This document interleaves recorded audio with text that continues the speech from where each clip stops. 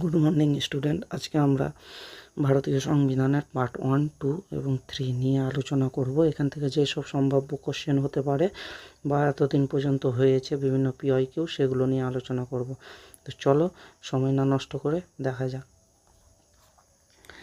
প্রথম প্রশ্ন হচ্ছে, ভারতীয় সংবিধানের ভাগ 1-এ কোন বিষয় নিয়ে আলোচনা করা রয়েছে? মূলত ভাগ 1-এ আলোচনা করা রয়েছে কেন্দ্র ও তার রাজ্য ক্ষেত্র। পরবর্তী প্রশ্ন হচ্ছে, ভারতীয় সংবিধানের কোন অনুচ্ছেদে ভারতকে ইউনিয়ন অফ স্টেট বলা রয়েছে? 1 নম্বর অনুচ্ছেদে হবে ভারতকে ইউনিয়ন অফ স্টেট বলা রয়েছে। পরবর্তী প্রশ্ন হচ্ছে, ভারতের নতুন রাজ্য গঠনের ক্ষমতা কার হাতে রয়েছে বা কার কাছে রয়েছে?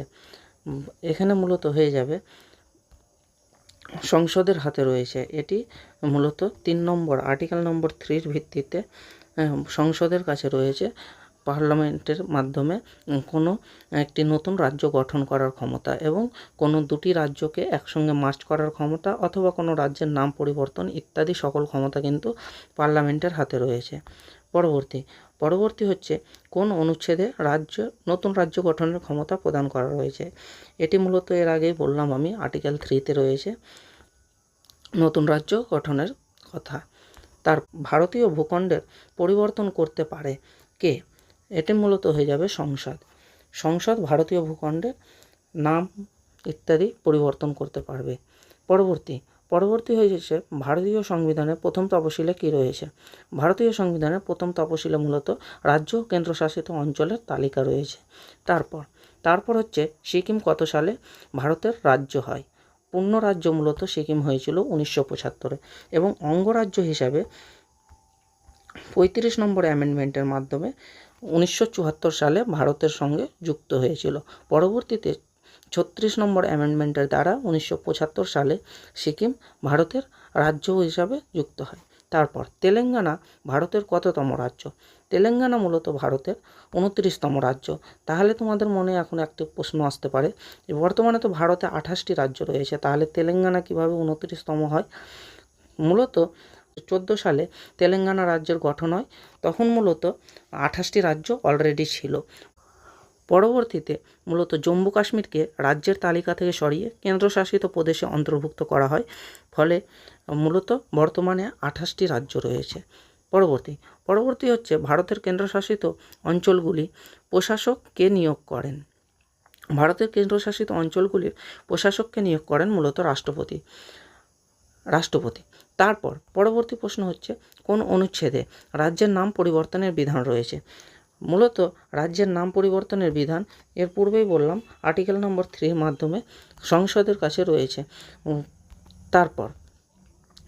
পরবর্তী প্রশ্ন হচ্ছে, এবার চলে এলাম আমরা মূলত পার্ট 2-এ সিটিজেনশিপ থেকে আলোচনা করব। এখানে হয়ে যাচ্ছে প্রথম প্রশ্ন, ভারতীয় সংবিধানে ভাগ 2-এ কোন বিষয় সম্পর্কে বর্ণনা রয়েছে? এখানে প্রথমেই দেখতে পাচ্ছ যে সিটিজেনশিপ সম্পর্কে বর্ণনা রয়েছে। পরবর্তী প্রশ্ন হচ্ছে, নাগরিকত্ব সম্পর্কিত অনুচ্ছেদগুলি হলো মূলত 5 থেকে 11 নম্বর অনুচ্ছেদে ভারতের সিটিজেনশিপ বা নাগরিকত্ব নিয়ে আলোচনা রয়েছে। তারপর হচ্ছে, ভারতের নাগরিকত্ব আইন কবে পাস হয়? ভারতের নাগরিকত্ব আইন মূলত পাস হয়েছিল সিটিজেনশিপ অ্যাক্টের মাধ্যমে 1955-তে। তারপর হচ্ছে, ভারতের কোন ধরনের নাগরিকত্ব মেনে চলে? ভারতে মূলত একক নাগরিকত্ব হয়। ভারতীয় নাগরিকত্ব পাওয়ার উপায় নয় কোনটি? মূলত ভারতের নাগরিকত্ব পাওয়ার উপায় নয় এখানে হয়ে যাবে ধর্মসূত্রে। আমরা মূলত জন্মসূত্রে নাগরিকত্ব পেয়ে থাকি, বংশসূত্রেও পেয়ে থাকি, আর স্বাভাবিককরণের মাধ্যমেও পেয়ে থাকি নাগরিকত্ব, কিন্তু ধর্মসূত্রের মাধ্যমে আমরা কোনো নাগরিকত্ব পেয়ে থাকি না। তারপর ওসিআই এর ফুল ফর্ম কি? ওসিআই এর ফুল ফর্ম হয়ে যাচ্ছে মূলত ওভারসিজ সিটিজেন অফ ইন্ডিয়া। তারপর হয়ে যাচ্ছে, ভারতীয় নাগরিকত্ব ত্যাগ করা যায়, এখানে কোনটি হবে? ত্যাগ করা মূলত যায়, আমরা ইচ্ছা করলেই আমরা ভারতের নাগরিকত্ব ত্যাগ করে অন্য কোনো দেশের নাগরিকত্ব গ্রহণ করতে পারি। তারপর পরবর্তী হচ্ছে ভারতীয় সংবিধানের কোন অনুচ্ছেদে সংসদকে নাগরিকত্ব বিষয়ে আইন প্রণয়নের ক্ষমতা দেয়। এখানে হয়ে যাবে মূলত 10 নম্বর আর্টিকেলের মাধ্যমে সংসদকে ভারতীয় সংবিধানের অনুযায়ী নাগরিকত্ব বা সিটিজেনশিপ সম্পর্কে আইন তৈরি করার ক্ষমতা দেয়। এখানে মূলত আরেকটি জিনিস মনে রাখবে যে নাগরিকত্ব সম্পর্কে বা ভারতের নাগরিকত্ব সম্পর্কে আইন তৈরি করে মূলত যে মন্ত্রণালয় বা যে মিনিস্ট্রি, তা হলো হোম মিনিস্ট্রি। হোম মিনিস্ট্রির আন্ডারে সকল সিটিজেনশিপ সম্পর্কিত আইন গঠন বা ড্রাফট তৈরি হয়। তারপর বিদেশি নাগরিক ভারতের নাগরিকত্ব লাভ করতে পারেন। বিদেশি নাগরিক ভারতের নাগরিকত্ব মূলত লাভ করতে পারেন নিবন্ধনের মাধ্যমে। তারপর হয়ে যাচ্ছে ভারতের নাগরিকত্ব আইন সংশোধিত হয়েছিল। ভারতের নাগরিকত্ব আইন 1986তেও সংশোধিত হয়েছিল এবং 1992, 2003 তিনটাই হবে, অর্থাৎ উপরের সবগুলি। পরবর্তী হচ্ছে মৌলিক অধিকার সংবিধানের কোন ভাগে রয়েছে। মৌলিক অধিকার মূলত সংবিধানের পার্ট 3 অন্তর্গত। এখানে এই অধিকার মূলত এর ভিত্তিতে আমরা সুপ্রিম কোর্টে যেতে পারি আমাদের কোনো মৌলিক অধিকার ক্ষুণ্ণ হলে। মৌলিক অধিকারগুলি কোন অনুচ্ছেদে বর্ণিত রয়েছে। মৌলিক অধিকার মূলত 12 থেকে 35 নম্বর আর্টিকেলে বর্ণিত রয়েছে। পরবর্তী হয়ে যাচ্ছে বর্তমানে মৌলিক অধিকারের সংখ্যা কত। বর্তমানে আমাদের মূলত মৌলিক অধিকারের সংখ্যা রয়েছে 6টি। তারপর রাইট টু প্রপার্টি বর্তমানে কিন্তু মৌলিক অধিকারের অন্তর্গত নয়। এটি মূলত এখন বর্তমানে আইনি অধিকার। এটি বর্তমানে কত নম্বর আর্টিকেলে রয়েছে। এটি বর্তমানে 300A নম্বর আর্টিকেলে রয়েছে। পূর্বে এটি মূলত 31 নম্বর আর্টিকেলে রয়েছিল, যেটি বর্তমানে আইনি অধিকার হয়ে 300A চলে গেছে। তারপর সমতার অধিকার কোন অনুচ্ছেদে রয়েছে। সমতার অধিকার মূলত 14 থেকে 18 নম্বর আর্টিকেলের মধ্যে পাওয়া যায়। পরবর্তী অস্পৃশ্যতা বিলোপ বা আনটাচেবিলিটি, এটি কোন অনুচ্ছেদে বলা রয়েছে যেটি রোধ করতে হবে। এটি মূলত বলা রয়েছে আর্টিকেল নম্বর 17-তে। তারপর উপাধি অর্থাৎ ভারতরত্ন ইত্যাদি উপাধি মূলত আর্টিকেল নম্বর 18-এর ভিত্তিতে দেওয়া হয়।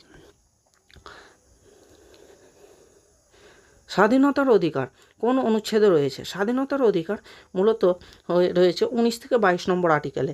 তারপর হয়ে যাচ্ছে আর্টিকেল নম্বর 19-এ কত ধরনের স্বাধীনতা দেওয়া রয়েছে। এখানে মূলত 6 ধরনের স্বাধীনতা দেওয়া রয়েছে। এখানেও পূর্বে 7 ধরনের স্বাধীনতা দেওয়া ছিল, কিন্তু বর্তমানে 6 ধরনের স্বাধীনতা দেওয়া রয়েছে। এখান থেকে সম্পত্তির অধিকার যেটি 6 নম্বরে ছিল সেটিকে বিলুপ্তি করানো হয়েছে। এটিও বর্তমানে রয়েছে 300A নম্বর আর্টিকেলে। তারপর গ্রেপ্তারের বিরুদ্ধে সুরক্ষা কোন অনুচ্ছেদে রয়েছে। গ্রেপ্তারের বিরুদ্ধে সুরক্ষা মূলত আর্টিকেল নম্বর 22-এ রয়েছে। তারপর হয়ে যাচ্ছে রাইট টু লাইফ, এটি কোন অনুচ্ছেদে রয়েছে। রাইট টু লাইফ রয়েছে বর্তমানে 21 নম্বর অনুচ্ছেদে। তারপর শিক্ষার অধিকার মৌলিক অধিকার হিসাবে যুক্ত করা হয়। এটি মূলত 86তম সংবিধান সংশোধন অর্থাৎ 2002 এর দ্বারা মূলত শিক্ষার অধিকারকে ভারতীয় সংবিধানে মৌলিক অধিকার হিসাবে যুক্ত করা হয়। এটি মূলত বর্তমানে রয়েছে 21-এ নম্বর আর্টিকেলে। 21-এ নম্বর আর্টিকেলে 21A। তারপর শোষণের বিরুদ্ধে অধিকার কোন অনুচ্ছেদে রয়েছে। শোষণের বিরুদ্ধে অধিকার রয়েছে মূলত আর্টিকেল নম্বর 23 এবং 24-এ, যেখানে 23 নম্বর আর্টিকেলের বলা রয়েছে যে বেগার শ্রম অর্থাৎ বিনা পয়সায় খাটানো বা জোরপূর্বক কোনো কাজে কাউকে নিযুক্ত করা ইত্যাদি করা যাবে না। এবং 24 নম্বর অনুচ্ছেদে বলা রয়েছে যে 14 বছরের নিচে শিশুকে কোনো কারখানা বা ভয়ানক জায়গায়, যেমন বাজি কারখানা, তারপরে কয়লা খনি ইত্যাদি জায়গায় কাজ করানো যাবে না। তারপর শিশু শ্রম নিষিদ্ধ কোন অনুচ্ছেদে রয়েছে। শিশু শ্রম নিষিদ্ধ রয়েছে, এখনই বললাম, 24 নম্বর আর্টিকেলে। তারপর ধর্মীয় স্বাধীনতার অধিকার কোন অনুচ্ছেদে রয়েছে। ধর্মীয় স্বাধীনতার অধিকার মূলত 25 থেকে 28 নম্বর অনুচ্ছেদে রয়েছে। তারপর সংস্কৃতি ও শিক্ষাগত অধিকার কোন অনুচ্ছেদে রয়েছে। সংস্কৃতি ও শিক্ষাগত অধিকার রয়েছে মূলত 29-30 নম্বর আর্টিকেলে।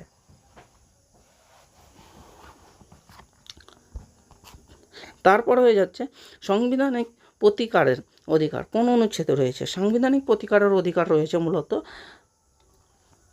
এখানে হয়ে যাচ্ছে 32 নম্বর আর্টিকেল, যেখানে মূলত এর দ্বারাই আমরা মূলত সুপ্রিম কোর্টে যেতে পারি, যেখানে আমরা সুপ্রিম কোর্টে গিয়ে 5 প্রকারের রিট পাই, যার দ্বারা আমরা কোনো অভিযোগ করতে পারি।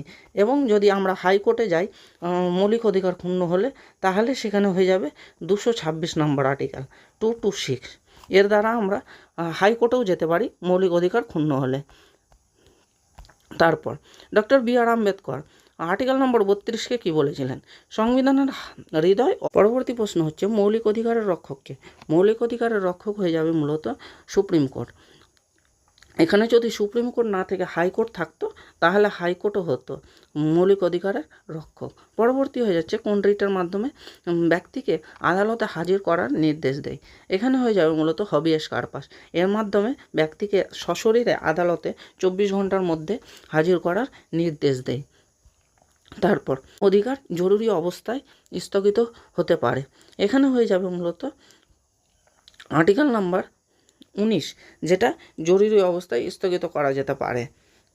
আর্টিকেল আরেকটা জিনিস মনে রাখবে যে আর্টিকেল 20 এবং 21 এই দুটো আর্টিকেল কোনো অবস্থাতেই স্থগিত করা যাবে না।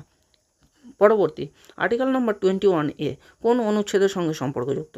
একটু আগেই আমি বললাম যে এটি হয়ে যাবে মূলত শিক্ষার অধিকার, যার সঙ্গে আর্টিকেল 21 A সম্পর্কযুক্ত।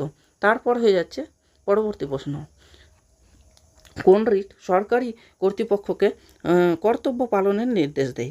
এখানে হয়ে যাবে মূলত ম্যান্ডামাস, যা সরকারি কর্তৃপক্ষকে কর্তব্য পালনের নির্দেশ দেয়। কোনো অফিসার বা কোনো ব্যক্তি যদি তার নিজের কর্তব্যকে ঠিকমতো পালন না করে, তাহলে সুপ্রিম কোর্ট ম্যান্ডামাসের মাধ্যমে তাকে শাস্তি বা তার বিরুদ্ধে পদক্ষেপ গ্রহণ করতে পারে। পরবর্তী মৌলিক অধিকার কার বিরুদ্ধে প্রযোজ্য? মৌলিক অধিকার মূলত রাষ্ট্রের বিরুদ্ধে প্রযোজ্য। তারপর আর্টিকেল 14 কিসের সঙ্গে সম্পর্কিত? আর্টিকেল 14 হয়ে গেল মূলত সমতার সঙ্গে সম্পর্কিত। তারপর মানব পাচার নিষিদ্ধ কোন অনুচ্ছেদে রয়েছে? মানব পাচার নিষিদ্ধ একটু আগেই আমি বললাম যে 23 নম্বর আর্টিকেল, যেখানে বেকার শ্রম বা কোনো বিনা পয়সায় কাজ করানো বা মানুষকে বিক্রি বা কেনা ইত্যাদিকে নিষিদ্ধ করতে বলা রয়েছে। তারপর হয়ে যাচ্ছে সংবিধানের কোন অনুচ্ছেদে স্টেট শব্দটি সংজ্ঞায়িত করা রয়েছে? এখানে মূলত 12 নম্বর আর্টিকেলে স্টেট শব্দটি সম্পর্কে সংজ্ঞায়িত করা রয়েছে। তারপর হয়ে যাচ্ছে আর্টিকেল 13 কিসের ঘোষণা করে বা কী ঘোষণা করে? আর্টিকেল 13 মূলত হয়ে যাবে মৌলিক অধিকারের বিরুদ্ধে আইন বাতিল, অর্থাৎ তোমার মৌলিক অধিকার যদি কারো মৌলিক অধিকারকে ক্ষুণ্ণ করে, তাহলে সেটিকে বাতিল করা যেতে পারে। এটি রয়েছে মূলত আর্টিকেল 13-তে বলা। তারপর মৌলিক অধিকার স্থগিত করা যায়। মৌলিক অধিকারকে স্থগিত করা যায় শুধুমাত্র যুদ্ধকালীন জরুরি অবস্থায়।